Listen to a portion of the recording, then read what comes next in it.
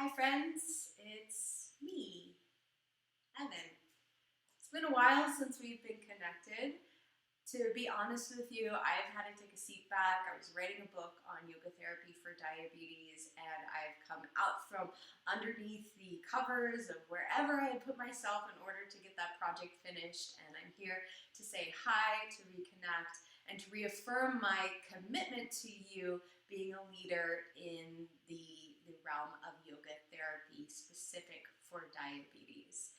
And just to remind you, yoga can be therapeutic, but yoga therapy is the specific applications of the tools and practices of yoga to a condition. And so I'm doing all of that through my certifications, backing it up with evidence-based science, and directing it to you for your experience living with diabetes. So, today's video is all about what I believe is the missing link in diabetes care. We hear about we got to exercise, we've got to eat right, we've got to manage our medicine or medication appropriately and accordingly in order to achieve optimal blood glucose levels.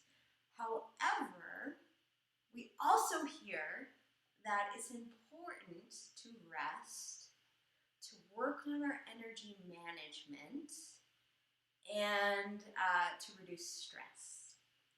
But if you read a magazine or you talk to your doctor, you're going to hear a lot of things of you should meditate, you should practice yoga, you should breathe, and all these kinds of things.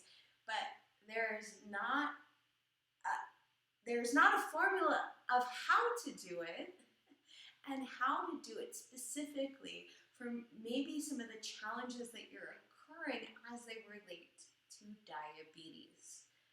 Because it's not a one-size-fits-all formula.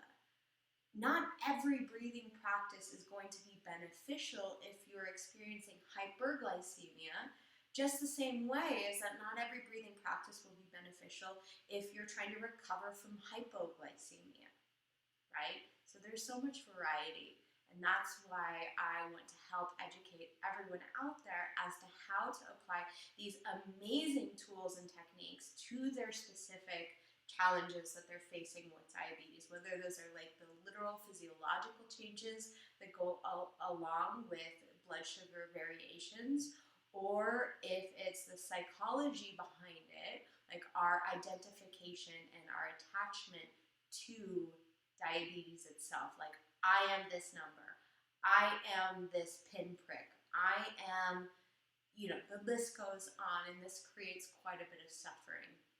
So the reason why I feel that rest, and specifically beyond sleep, this concept of energy management combined with rest is an essential pillar that we're not spending any time on, and it's really the answer to our own resilience against diabetes risks, is because rest is a couple of things for us.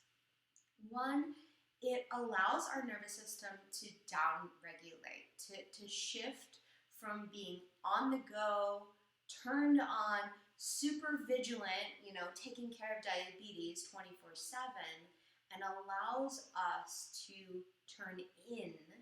And it's this turning in where we can let go of the constant gripping and contraction that surrounds our experience of just trying to survive. And yes, it's true, we're relating this directly to diabetes, but this could be for all of life. So one is this ability to downregulate and to literally allow our body to turn towards the sympathetic response, where it provides our body the perfect opportunity to build and to create the necessary hormones that are responsible for us revitalizing after we've depleted ourselves, okay? That's just baseline explanation. The other thing that's really important beyond that is, like I mentioned, the psychological aspect But in addition to that, our psychology, like how we see ourselves, let's call it our self-concept. This is like an old school psychological term. Our self-concept is comprised of the way that we think, the way that we feel, and the way that we behave.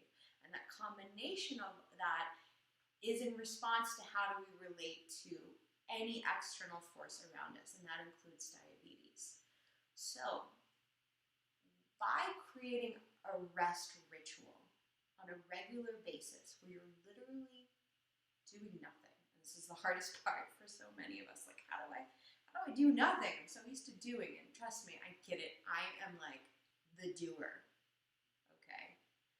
By allowing ourselves a rest ritual, we begin to progressively purify our mind's thoughts, and we can see or discern more clearly what it is that is the origin of our thoughts, right?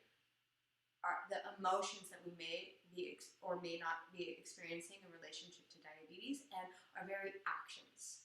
So, for instance, just recently, I don't know when you're watching this video, but right now in Aspen, Colorado, where I live, the summer is turning into the fall.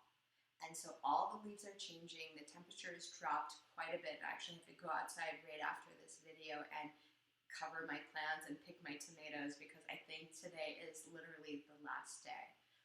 But what I've noticed is that my blood glucose levels have changed. So we get kind of used to certain patterns of like waking up, how much insulin we need, what kind of food has what kind of like a certain effect on that deviation of our blood glucoses. Like sometimes we need to take insulin sooner for certain meals or later for others, right? We can get kind of in a habit pattern.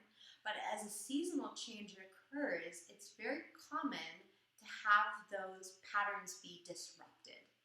And without discernment, without awareness of noticing that change, we can just keep going and going and going, do the same thing over and over and over again without noticing that there's been a slight change.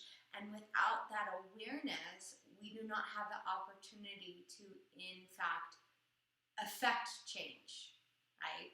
Whether that's taking insulin a little bit sooner or later, the same thing. But if you've been living with this disease long enough, you know from trial and error what certain things do or do not work. And so without that awareness, without that, self-awareness of, oh, something's changed, and to no fault of your own, we get in our patterns with it, unless we slow down through ritualized rest and have an opportunity to ask ourselves these questions and reflect on, I wonder what's going on, what is behind those changes, or what can I in fact do to affect those a more positive result so I can feel better and be, just more lively in my life and not beholden to, my blood glucose is at 24/7. If I can do that, then I'm empowered. Then I feel more efficacious. Like, okay, yeah, yesterday was kind of off, but today, I made that little small change and it worked. Or maybe it didn't work and I can try something else. But all I'm trying to get at is that if we're constantly on the go, if we're only using exercise, insulin, and food to be like the pillars of our diabetes toolkit of self-management, and we're not giving ourselves time to truly rest, but not necessarily conk out and fall asleep and have no idea what just happened, but to give ourselves opportunity to just lie down and be with our breath, something really special happens in that place. So we learn about ourselves. And so the starting point is creating ritual. So tomorrow, you're getting this video on Monday, ideally, and then tomorrow, which is Tuesday, at 5 p.m., I'm going to be doing a free master class. I'm going to guide you through the class. It's not just like me doing a PowerPoint, although don't get me wrong, I love educational PowerPoints. But we're going to do a class here with a mat. If you've got a bolster, that's great. we're going to move and we're going to breathe and we're going to create a really sweet ritual that you can download and recreate for yourself. Because bottom line, these tools are not owned or trademarked by anyone. They've been around for 5,000 years, and now we're just seeing how beneficial they can be for the condition of diabetes, and specifically we'll be working with type 1 diabetes, I think, for the majority of us who will be watching this video. So we're going to do movement, very small movement, like really lazy movement, breathing, really amazing breathing, and then a nice lengthy yoga nidra, i.e. guided relaxation. We're going to create this really beautiful container that we can rest, receive, heal, and transform. So I can't wait to see you guys tomorrow. From my heart to yours. Namaste.